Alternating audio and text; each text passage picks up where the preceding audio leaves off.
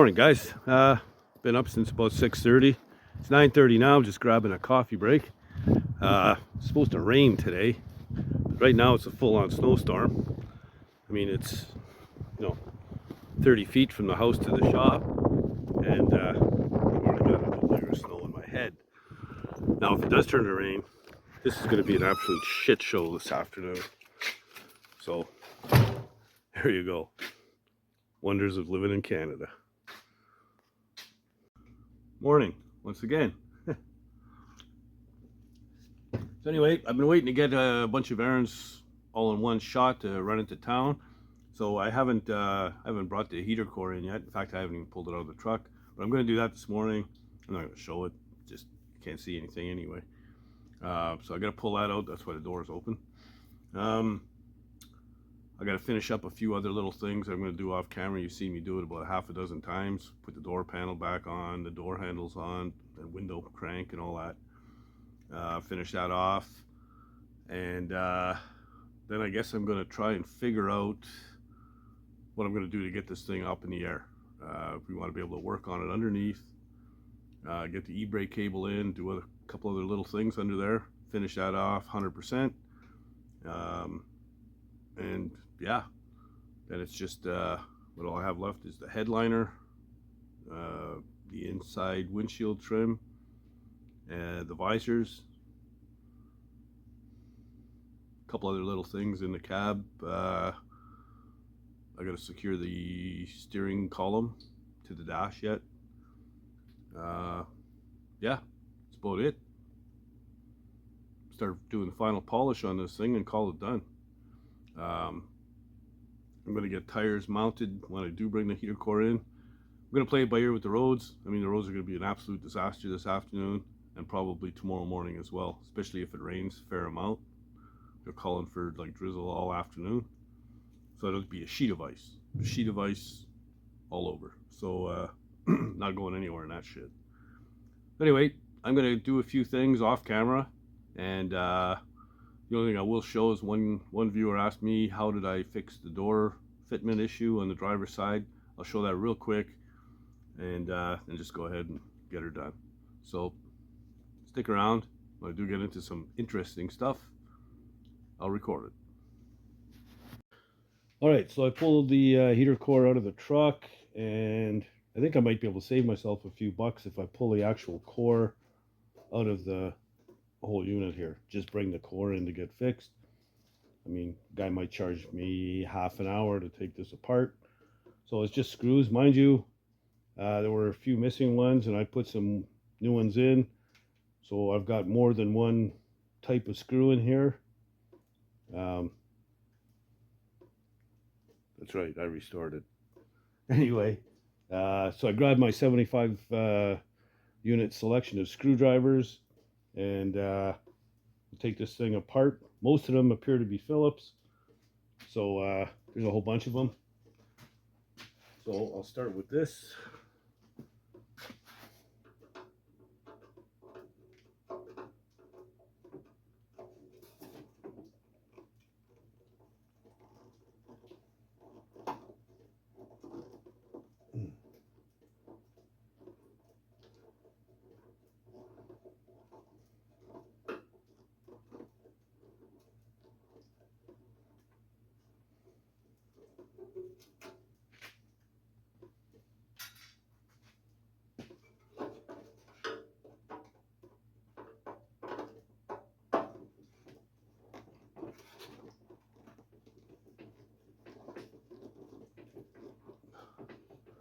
Hopefully I could get all these out without stripping anything.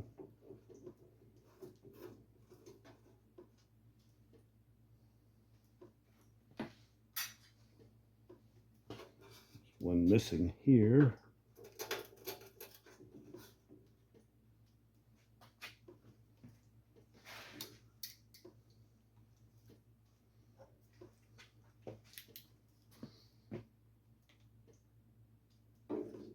This one already looks stripped.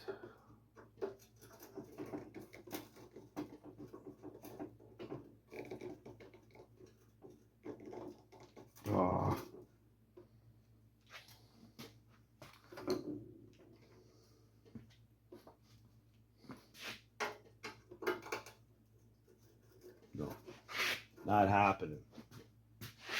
Damn it. So, out of the 75 screwdrivers I have, I don't have the right one for that. Maybe a smaller one.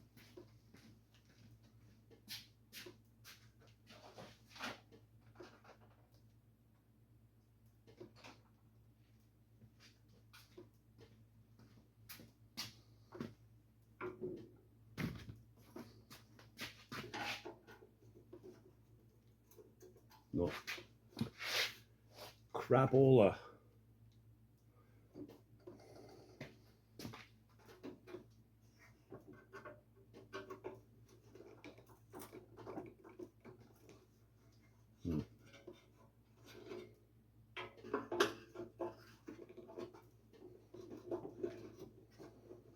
There's always one. I'll be lucky if it's just one. I should be able to get a vice grip on that if I have to.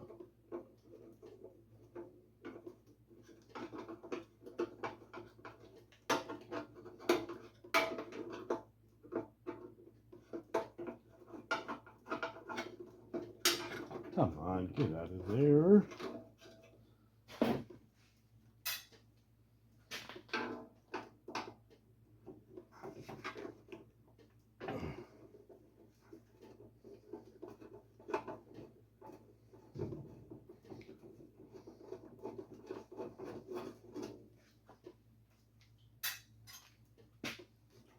So far, not too bad.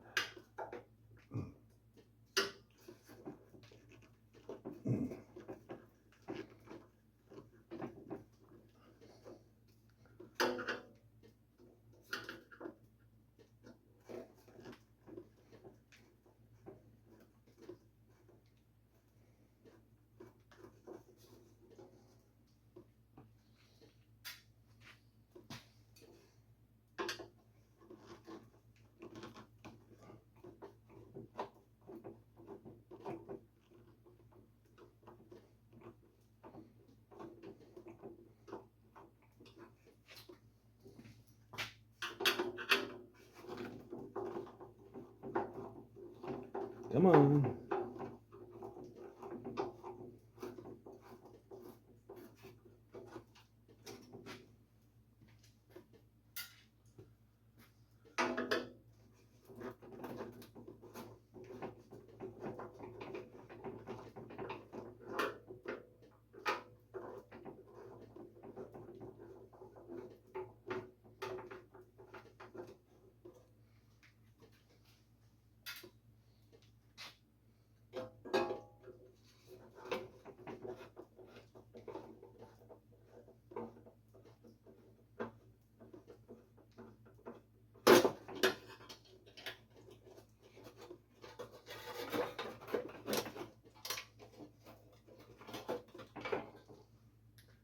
Okay, should be able to get a vice grip on that sucker.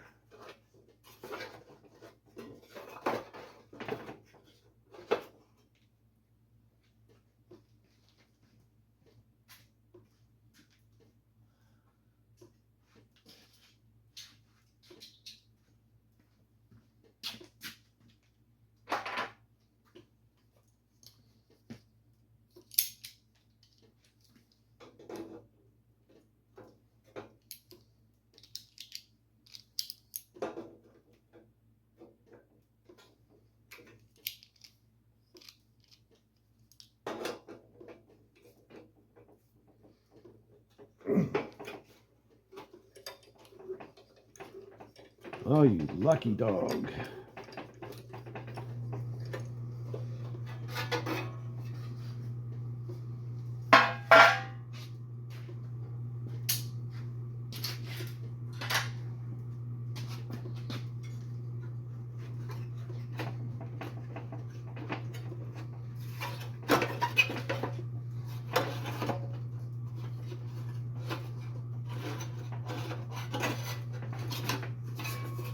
There we go. Now, when I bring this in, they pressure test it. See, a little bit of impact here. Bet you that's where it's coming from. Maybe they can just solder it. We'll see. Anyway, we got the core out, ready to go. Sweet. All right, so let's say you bought a car in Alberta and it's sitting in a field, doesn't run, and you live in Prince Edward Island and you want to get the car or truck hauled from Alberta to PEI. Well, the guy I've used is Ian over at Wolf Train Services Limited. Ian specializes in field cars, and he's based out of Saskatchewan, so pretty center of the country, and he hauls coast to coast. Apparently now he can also arrange shipping to the US. He can take like 3 vehicles or more at a time, and you know, if even if you're looking for something specific, you get a hold of Ian and there's a good chance you can find it. He sends me pictures of cars in fields, fields full of trucks, farmers' fields, you know. So he finds stuff all the time. And, you know, if you're looking for something old, there's a good chance Ian can find it. So give Ian a shout. That's his email is Ian at wolftrainservicesltd.com. That's Ian at wolftrainservicesltd.com. Give him a shout and set up your own arrangements for communication. And good luck with your project. Oh, I got to get some work done.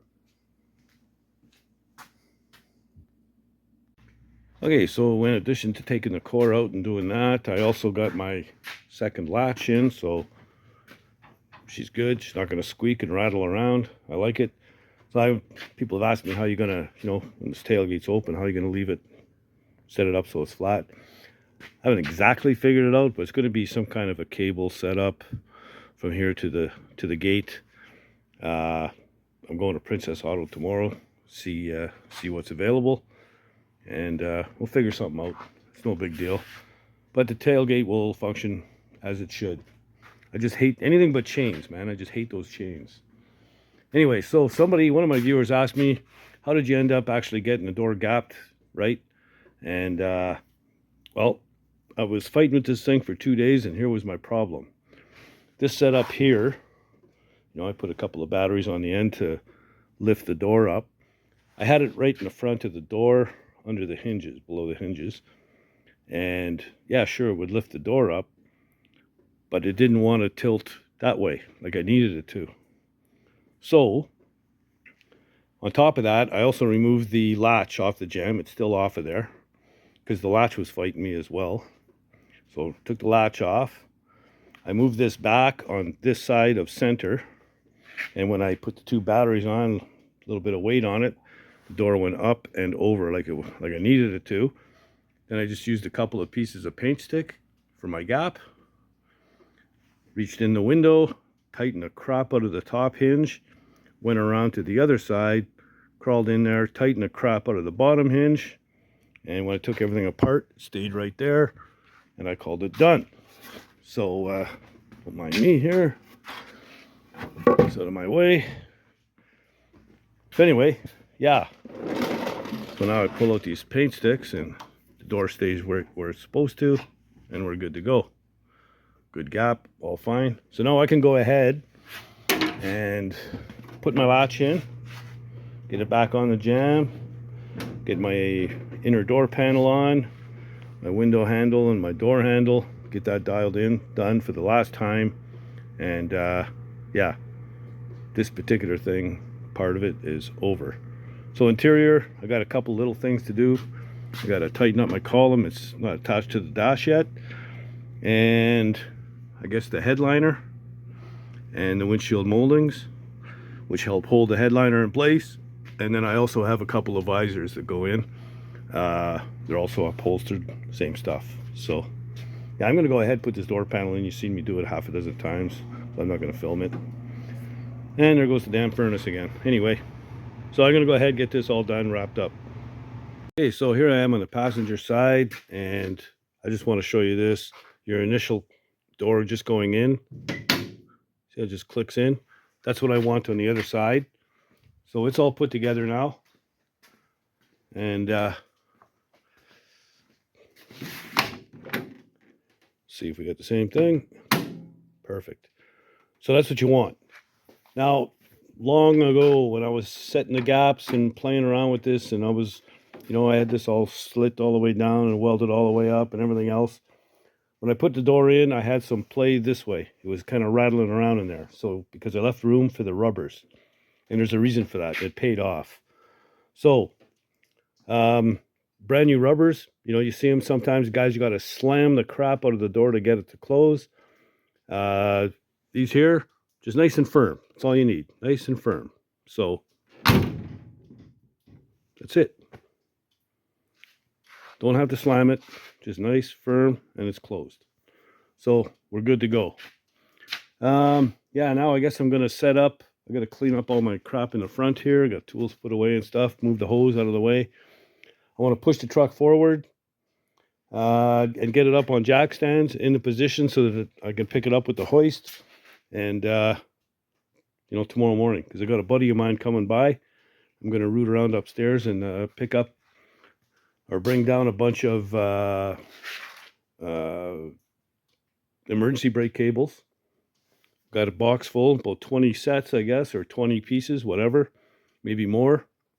And the guy who gave them to me, I was talking to him about it. He figures there's probably 3 or 4 in that collection of cables that'll work for this truck.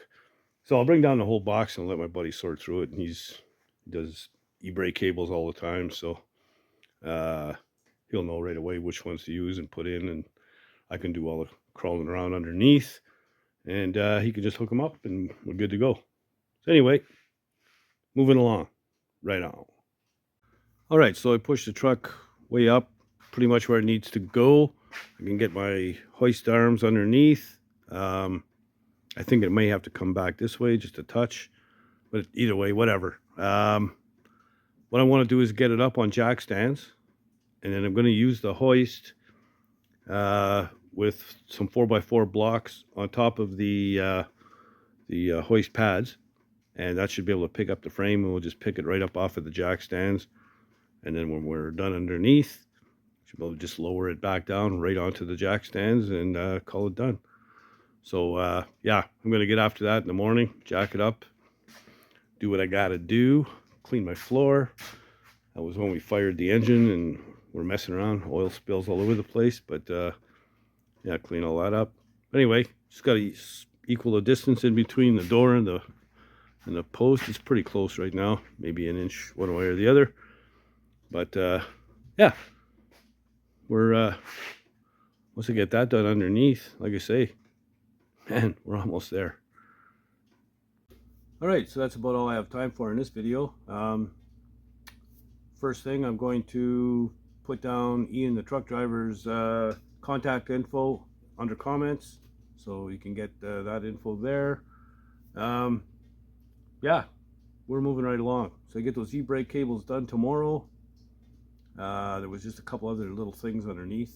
Oh yeah, I got to hook up put the wires to the sending unit on the gas tank, and yeah, that's it underneath. Oh wait, no, I got to put in my. I can get that. I can get that when it's on the ground. That's fine. I got to put a hose on my filler neck vent. Elevate it so if you don't get the nozzle of the fuel pump in deep enough, it'll leak out that vent. So got to get a hose on it, clamp, and get it up higher than the outlet of the vent. Anyway, no big deal there. I got to pick up a hose yet, half inch fuel line. But yeah, so then we'll be done underneath. Pretty much done under the hood, other than putting the heater core back in once it's fixed. Get on